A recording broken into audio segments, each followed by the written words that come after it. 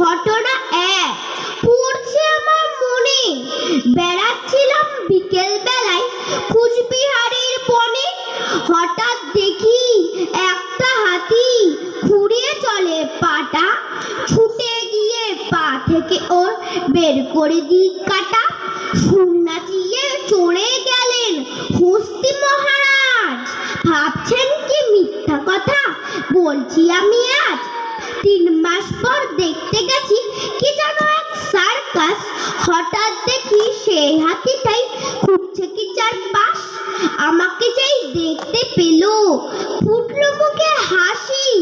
তারপর কি করলো হাতি বলতে পারো মাসি?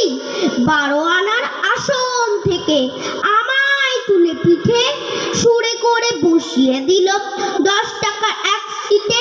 নমস্কার।